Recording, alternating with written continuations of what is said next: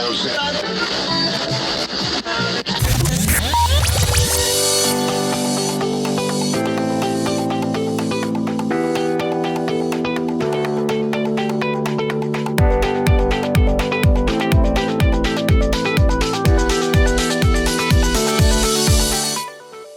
to Persons of Interest, a podcast featuring interviews with interesting people doing interesting things, diving into careers, personal stories, life lessons, and more. Here's your host, Derek Dockett.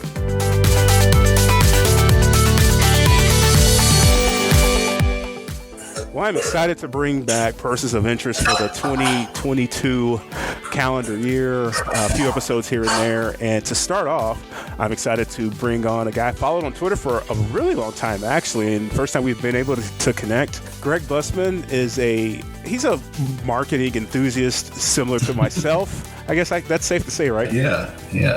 I don't know what that says about us, but yeah. I call myself a nerd about a lot of different things. So you could join the club if you like. Happy to be in it. I wanted to talk to Greg because I noticed in his Twitter feed for 2022, he's really shifted and really gone 2 feet in on talking about marketing. Specifically, he's been curating a marketing email newsletter that I find interesting. One-off things, trends, things he sees online, and sharing them in a very compact, easy to read fashion in a email newsletter. Wanted to talk about that. But first off, Greg, thanks for hopping on. Really appreciate it. Thanks for doing. How are things going for you so far? 1 month in on 2022. It's been an interesting year so far. Interesting times we're living in for sure. But I'm happy to be here. Happy to be your first guest in 2022. And appreciate all the nice things you said about me there. We can unpack those here as we go. Like I said, I've really appreciated a lot of my followers, but like I said, I've been following you for a long time, and it was weird because it's not like we always go back and forth a lot, but as of late, you started doing the newsletter, and I just gravitated to it because as a marketing professional, quote unquote, you want to keep up with trends. You sort of want to keep up with what's going on, and here you are just pulling content, making it easy for me to read and not having to go onto a Medium or any other random website. You've just got all of it in one place for me to read and find. I guess my first question, what was the inspiration behind doing the news? A couple things. I'm a newsletter nerd, and I appreciate the kind words about the Twitter feed. We email marketers by trade, and I've always been interested in email marketing. It's my corner of the marketing nerddom, I guess you'd say. And I guess a couple of things came to a head here as we get into 2022. I've been at my day job for a long time and starting to look around for maybe a change of pace, a change of scenery, maybe. I'm probably overdue for that. And that was the first thought. And then the very next thought was, if I'm going to do that, I need to probably up my, I hate to use the term, but personal brand. Sure. Yeah, that's a thing. Make some connections, learn more about marketing. I guess you could say being at the same place for a long time. I won't date myself exactly, but double-digit years. You get into cruise control and maybe you start thinking more than you do. And so I fell into a couple different creators that, as I was looking around at how to build that personal brand and putting more purpose behind my tweets and trying to actually develop that into something that I could use to learn in public myself and then hopefully catch people like you along the way that find it interesting and get some value out of it. No, go ahead. I was going to say, so in this process of discovering your personal brand and the voice, what's been one of the things that you've learned along the way that's in like, I don't want to call it an aha moment, but like one of those, that's something that I could point to that I should really emphasize on and that I could share with others that might be of help? I think the biggest takeaway so far, I've probably been at this since last summer, maybe, to give it a frame of reference, but the biggest thing I think I was missing before, and it may sound obvious to some, but maybe not to others, is just that consistency is really the key to successful marketing. There's an audience out there for you, like-minded people, maybe a couple steps behind you on the same path. But really, being there pretty much every day in, day out is really the key to success. And not to say you can't ever take a break or a vacation, but I don't think I appreciate, to answer your specific question, I don't think I appreciated how much consistency played a role in, Sure. in what I was trying to do. Yeah. And I think that's probably one thing most marketing professionals would probably say too, because I think on our regular day-to-day, we probably all say, oh, we got to do this repetition, frequency. That's the key to, you got to be out in front of people. And that's how we sell products. That's how you sell services, is constantly being out there and being in front of them.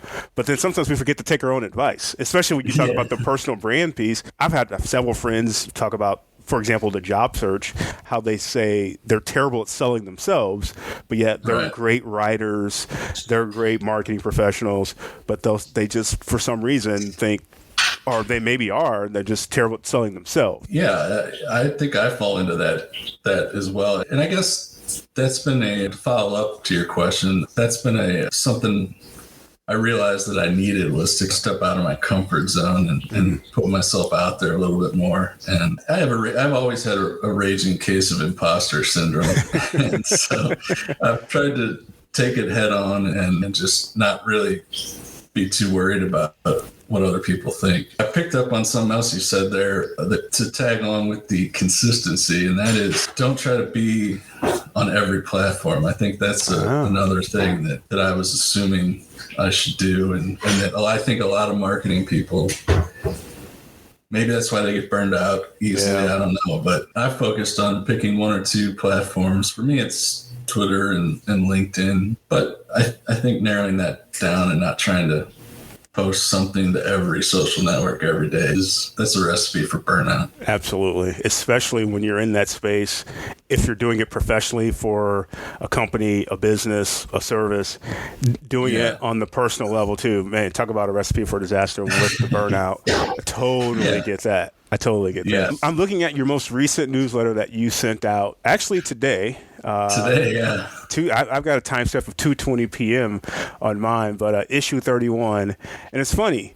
What does the Statue of Liberty have to do with subject lines? And this is interesting because email marketing is something I would consider myself not the best at.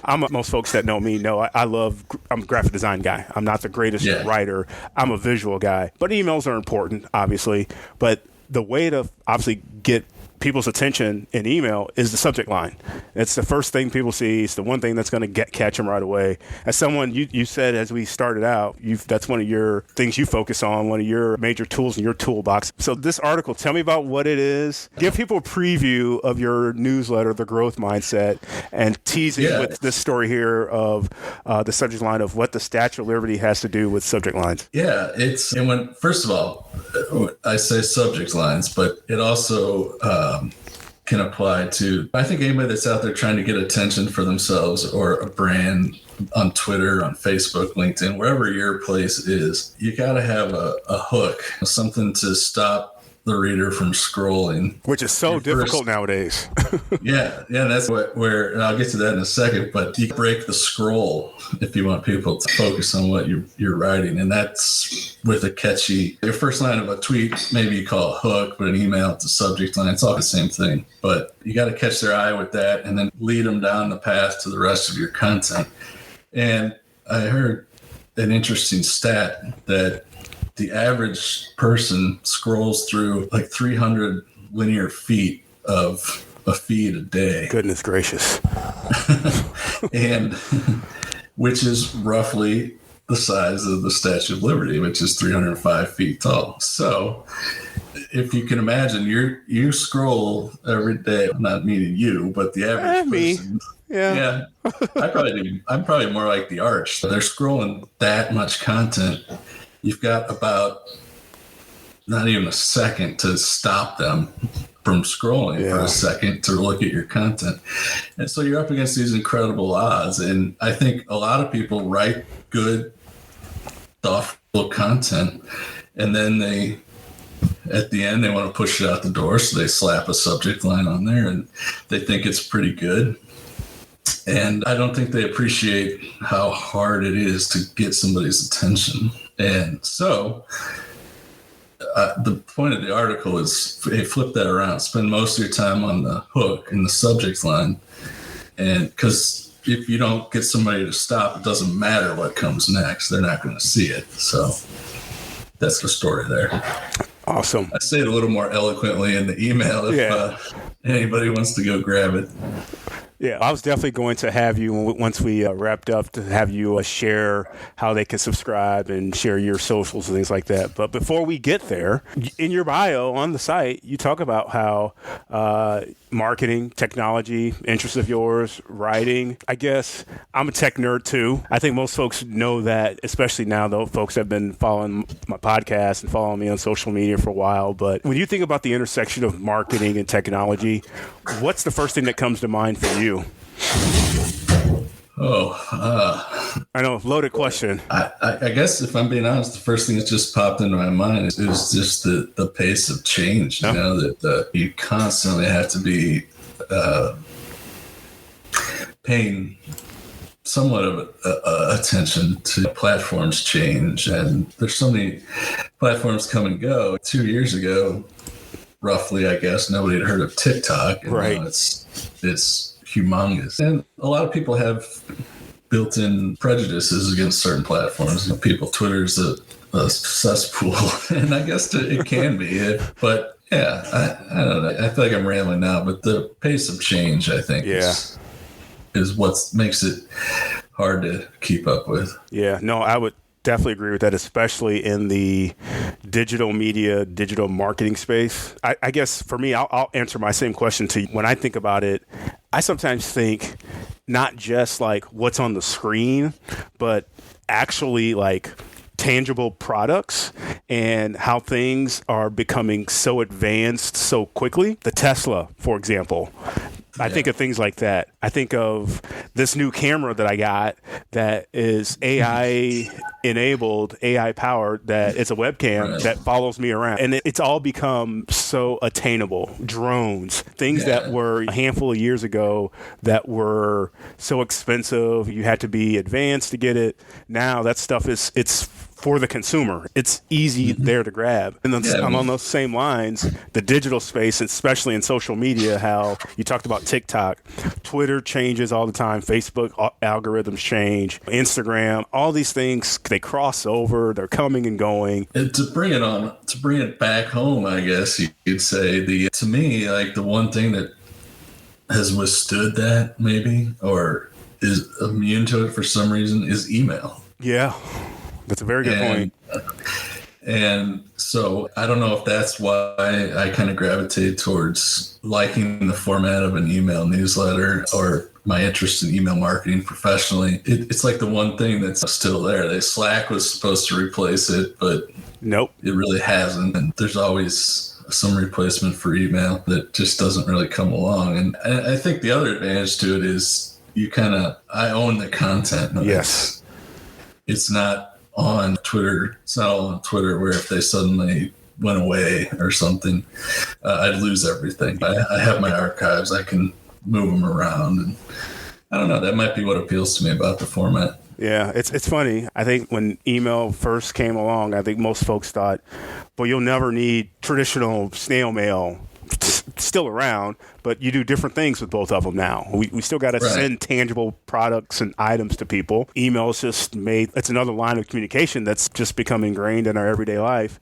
And as a marketing tool, people have found creative ways of using it to their advantage. If it's not just the standard write an email and throw it in there, it's how visual can you be with it? How interactive can you be with it? That's what I love about it. I continually try to challenge myself of how can we use a GIF in this, or GIF, depending how you want to say it. Presenting video in it has always been something that I don't think anyone's quite mastered yet. Some like to embed the YouTube natively. There's not a great way to do that. Always will be a challenge, and we all try to find things to make it easier. But I think that's one reason why it is a thing, is we all want to still use it, but you don't have the perfect answer for it yet. I think my children's generation will solve that, because I have daughters that are all around 20 years old, and they have email addresses, but they're much more want to be contacted by text, which is an interesting new marketing sort of path that I haven't spent too much time going down yet. But yeah, you and me both. I don't know how I feel about that one because, I don't. I'm already starting to get a bunch of unsolicited marketing texts, and I'm not sure how useful it is for me or if I even want it. They seem to be the first generation I've come across that doesn't prefer email, but then again, they've never written a check either. I was going to say, and again, it goes back to what's changed over time. They like the real time, communication quicker. I need it sooner rather than later kind of thing. So that goes along. They're pretty fickle too, and they're not in professional environments where maybe once they get there they'll come back to email. I don't know. So it's something I got my eye on though. Yeah, for sure. It'll be interesting. Very interesting. All right, sir. I need you to tell folks how they can subscribe to your newsletter. Give them the details on that, and share if you can your socials, how people can contact you. Share thoughts if they find marketing things they like to share with you for the newsletter and things like that. Fellow marketing nerds. Yeah, let's see. My website has all the links. It's gregbussmann.com. That's 2 S's and 2 N's. That second N trips people up. I'll link to it in the podcast notes so folks know directly where to go.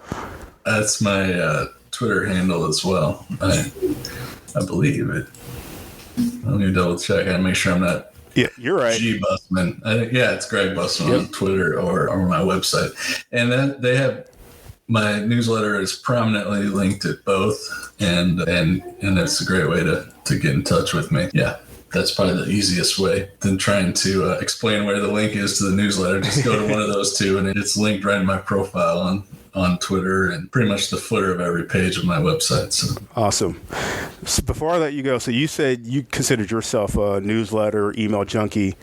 Outside of your own email newsletter, what are your 1, 2, 3 favorite newsletters that you like to receive and read? If you could share those with us. Yeah, put me on the spot. I'll tell you if you're in my camp as far as a newsletter email nerd, there's nobody better than a guy named Josh Spector. Spector. I think his Twitter's J Spector. He's like master of this whole corner of the marketing Twitter, and he's got a great newsletter weekly as well with, I think there's usually like 10 links and they're always quality. An old school one that I really like is Ann Handley from Marketing Profs. I don't know if you ever come across her. She does bi-weekly newsletter. I'll DM you the link to these after, so you can put them in the show notes. She's got one of those that I click on every link. That's usually how I judge a good email newsletter. Click on everything that they do. And then there's a good one that's just an overall news, a good one to go to for just general news. It's not really tips or tricks or anything. It's just what's the latest in marketing news, and that's just called Marketing Stack. Okay. It's an email newsletter, and I'll get you links to all those so anybody that's interested can hop on and subscribe. Awesome. And if I find 1 or 2 more, I'll throw in a bonus as well. Yeah, absolutely. Absolutely. And like I said, I'll definitely link to yours so folks can get signed up, hopefully get you some more subscribers. Because it really is, like I said, for people. For me, I'm not a big newsletter person, but when I get it from someone personal, I feel a little bit more of a connection, and I feel that there may be something of interest that I'm going to find in there that will more directly impact me. That's not to say every single newsletter you send out has something in there, but I will say when I get something, when I signed up for it, getting it from you, I'm more apt to look through and see what's in there rather than just, it's in the junk folder. Like, it's coming to the inbox. I want to see what's in there, and if there's nothing, there's nothing. You just build a little bit more connection, and that's what marketing is, right?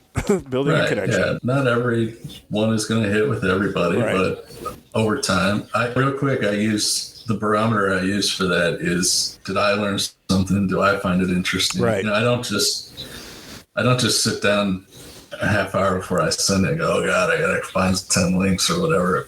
As I read throughout the week, I save them to a notebook or whatever. And and then I review them over the weekend. And if it's not still interesting, I don't include it. So, there you go. I try to make it something I like and I find interesting, and things I actually click on and read. And I think if I do that, they're more apt to interest more people. There you go. There you go. It's Greg Bussmann, ladies and gentlemen. I hope you guys find something interesting here in our marketing discussion. His website, The Growth Mindset, gregbussmann.com, GREGBUSMANN.com. He's got a great email newsletter. Follow him on Twitter. He's also active on LinkedIn. Do you use anything else? Are you a Instagram guy at all? Yeah, I have it. Okay. It's more personal. Gotcha. I don't try to do business on there or anything like that. So All right. it's more personal, but it's not locked down or anything. But if that's your thing, come over and say hi. But Awesome. yeah, but thanks for having me, Derek. And excited to see what you do with the podcast here in 2022. Yeah, appreciate you for coming on. Like I said, this is the sort of the second reboot or third reboot of it, but it's still going. Consistency, man. I know. I'm going to see if I can just at least keep it going, maybe at least an episode a month. And the same thing, if people have suggestions on people that I should talk to, that they have interesting backgrounds or doing interesting things, let me know. Shoot me an email, a tweet. I'm happy to connect with them and feature them in a future episode of Persons of Interest. So thank you guys for listening, and I hope you all have a great day. Thanks for listening to this episode of Persons of Interest. This podcast is a personal project with the goal of sharing stories that might inspire others to create their own path. If you enjoyed this episode, please leave a rating and review on your favorite podcast platform. If you have a guest suggestion, you can reach Derek on Twitter @DDocket. This has been Persons of Interest.